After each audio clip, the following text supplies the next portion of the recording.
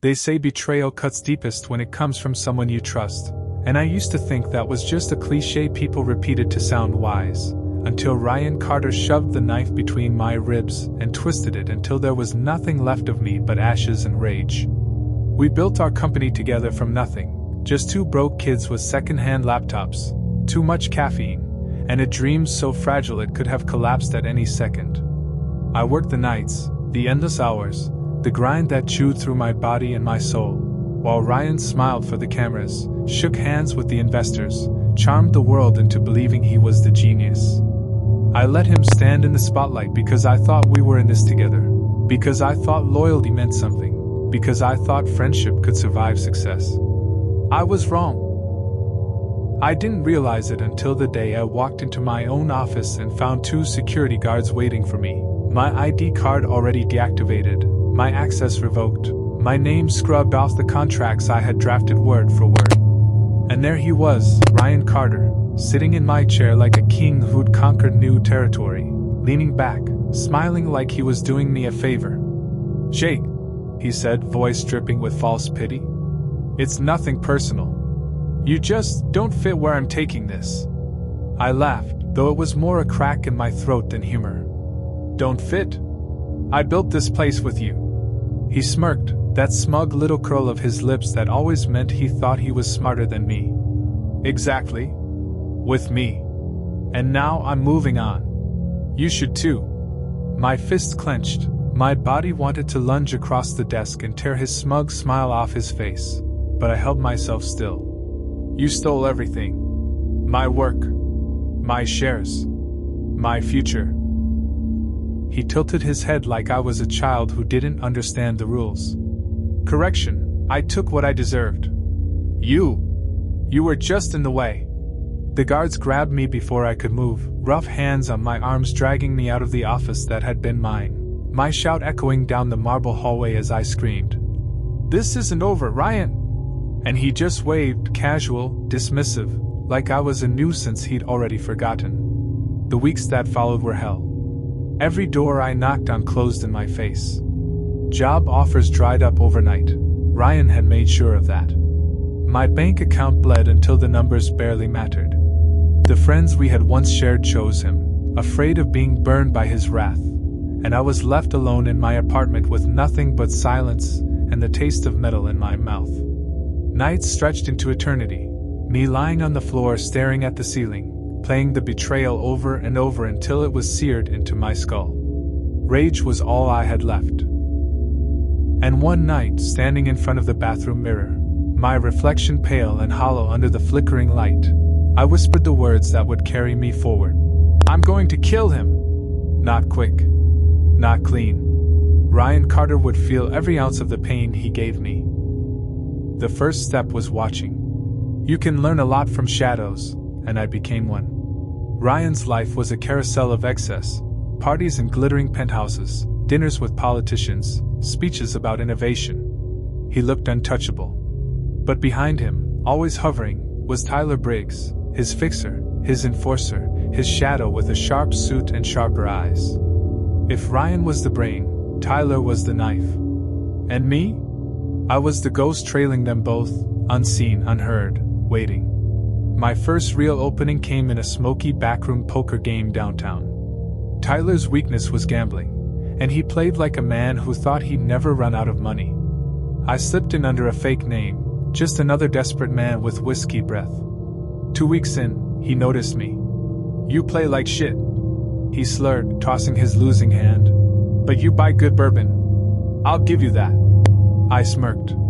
"Then I guess we'll get along fine." He laughed, clapped me on the shoulder, and just like that, I was inside his orbit. It didn't take long for him to spill something useful. One night, drunk and furious over a bad hand, he muttered, "Defense contracts, all smoke and mirrors. One wrong move and it all comes crashing down. But Ryan doesn't care. He thinks he's untouchable." He leaned close, eyes glassy. "Truth is, he ain't. No one is." Those words burned into me like fire. I made my move.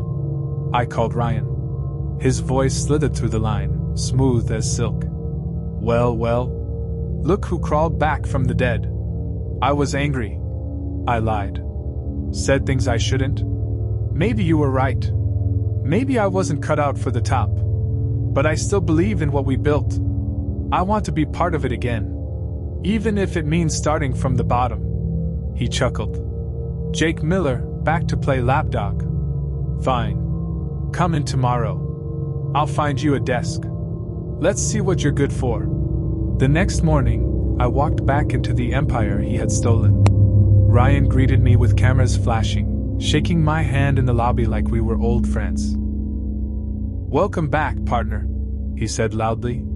His grip was iron, his smile a blade.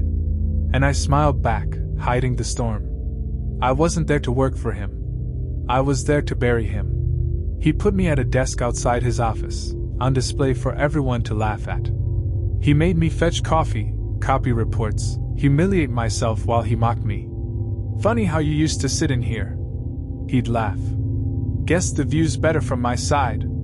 Tyler just watched me, silent, eyes like a wolf stalking prey. But every moment I spent there, I was learning.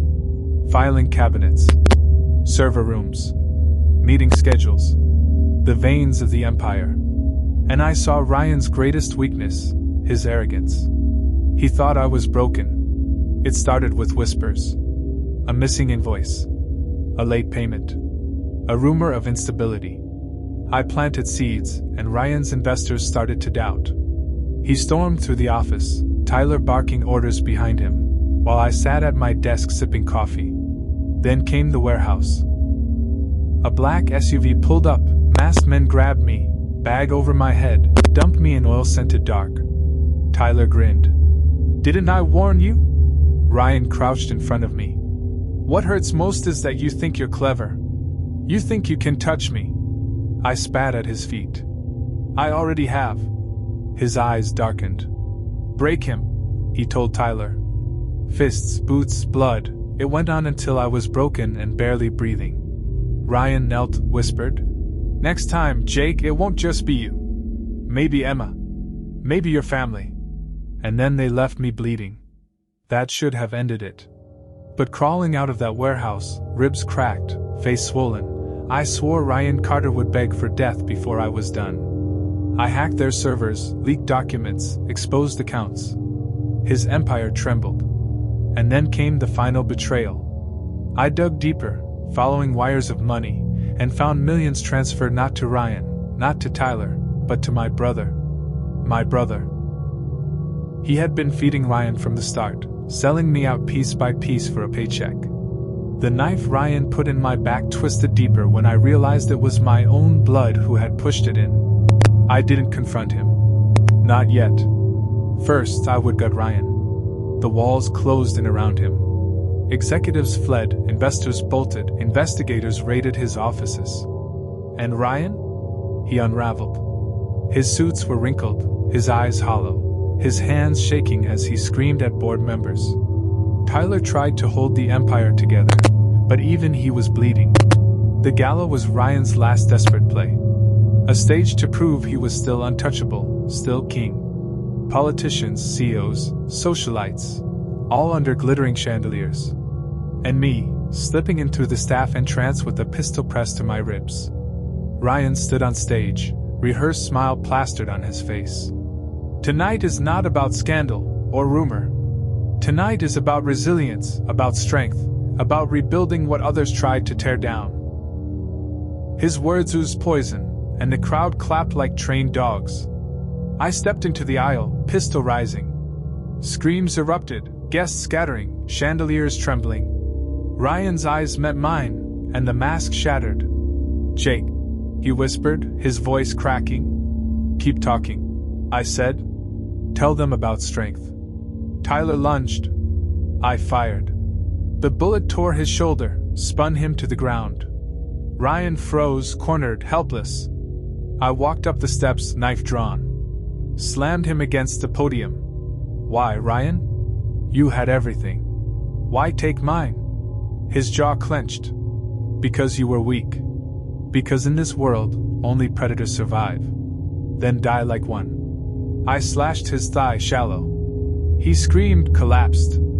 Please, he sobbed. Money, power, anything you want. I wanted my life. My friends. My brother's loyalty.